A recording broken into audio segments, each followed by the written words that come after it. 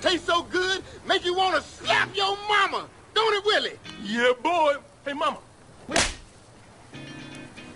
It's turkey time, and we're gonna make one of the best tasting turkeys you ever had. A lot of people like to brine their turkeys in water.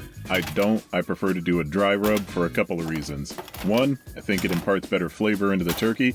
And two, if you don't have the time to do a brine like overnight or something, you can get really good flavor with the dry rub in as little as like 4 hours. Alright, so for our dry rub, we're gonna go with a couple teaspoons of garlic. Probably, you could probably do a tablespoon. Tablespoon of salt, which I broke into 3 teaspoons for some reason. Teaspoon of onion powder. A teaspoon, you just put paprika in it, I guess. I'm going to throw in a little bit of cumin. We're going to sprinkle in some white pepper. Add a tablespoon of black pepper. Shake in some ginger. This adds just a little bit of kind of brightness. I know that's not really a taste, but I like it. And let's put in a couple teaspoons of brown sugar. Okay, we're going to mix all that up. Give it a good shake. Give it a quick taste, make sure no seasonings are missing or nothing's overpowering. In this case, definitely needed some more paprika. Give it a little more of that smokiness. Alrighty, we're good to go. So let's get our bird ready here and take him out of his packaging. There it is. Nice looking bird. Alrighty, remove the innards. We call these the giblets or the gibbies. Save those for the dog. And if you've never seen a turkey neck before, well, too bad, you can find it someplace else. Give the skin of your bird a little massage, because what we're going to do, we're going to peel up the skin, and there's kind of this like membrane layer here that we need to get underneath. Yeah, see, you can kind of, right under there. It's not just under the skin, you want to make sure you get under that layer. And loosen up the skin from the breast meat.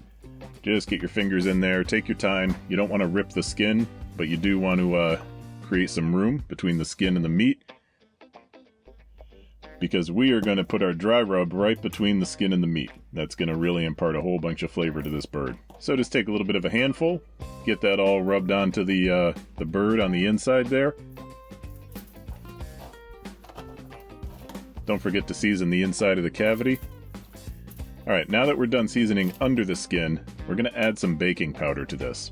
Baking powder supposedly makes the skin brown and crisp up a little easier. So we're going to add 1.5 teaspoons to the rest of our spice rub, mix that on there, and then add this to the outside of the bird. You don't want the baking powder under the skin. Make sure that's on top.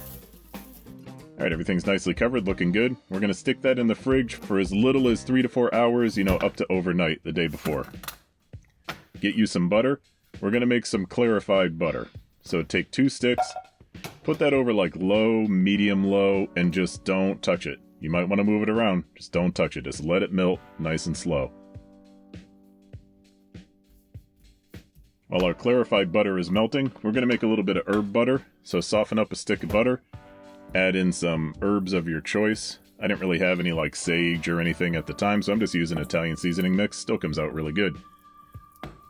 Use your hands and get that all combined. After your turkey is set and time out for as long as you need it to, we're going to rub this butter underneath the skin and right onto the meat. So same thing we did with the dry rub, just get that all in there, massage it down. Alright, our bird's almost ready. Let's tuck his legs back in here. Stick the wingtips kind of underneath its body so those don't get burned. Kind of helps keep it all together. Sweet, looking pretty good. Get yourself out a few sheets of tin foil and oh, yeah. Okay, great, that's convenient. Thanks a lot, Aldi.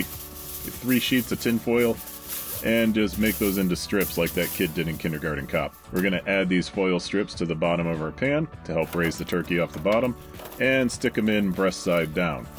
For the inside of the cavity, you can really put anything you want in here. A lot of people like to make their stuffing inside the bird. I'm not a huge fan of that, so we're just going to add some apples and some onions. Just stuff the bird with something. Stick a thermometer into the thigh meat and lightly cover this, kind of tenting it. I'm going to set a thermometer to 130 degrees for this first roast and stick that into an oven that's been preheated to 325 degrees. If you don't have an oven-safe thermometer, this part should really only take about 90 minutes to 2 hours. Alright, now our untouched clarified butter. As you can see, all the milk solids have floated to the top here, so you just want to carefully scoop out all the white bits. And those are the milk solids, so what we're left with is just the actual kind of fat from the butter. The reason we're doing this is it's going to prevent the butter from burning when we're using it to baste the turkey for the next round of roasting. Once you've hit 130, if you choose to roast any vegetables underneath your turkey, now's the time to add those. So I'm going to switch to a different dish to put my turkey on, throw a little rack to keep it up top. You put anything in here, carrots, onions, parsnips, potatoes, anything you want. We're going to stick our turkey on top. We're going to drizzle that clarified butter on there. Obviously, you don't have to get every single, milk solid out of there. If you have ghee, this works really well, but I didn't have any ghee. Place a thermometer into the breast meat now, and we want this to hit about 150 degrees, so back into the 325 degree oven. And then every 20-ish minutes or so, we're just going to keep basting this with that clarified butter. It's really going to help brown out the skin and prevent it from drying out.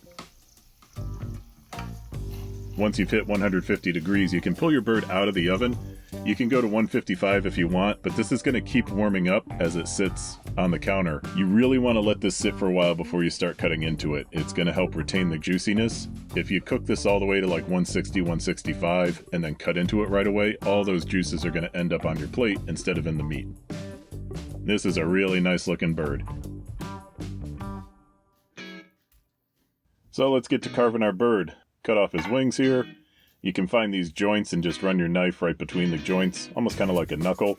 Do the same thing with the drumsticks, get those going, and then slice you up a few pieces of that breast meat. I kind of like thicker cuts of turkey, and I'll tell you what, this is one of the best tasting birds you're ever going to have. It's a little different than your traditional Thanksgiving turkey, but you're going to love it. And happy Thanksgiving, everyone. Okay, thanks, bye.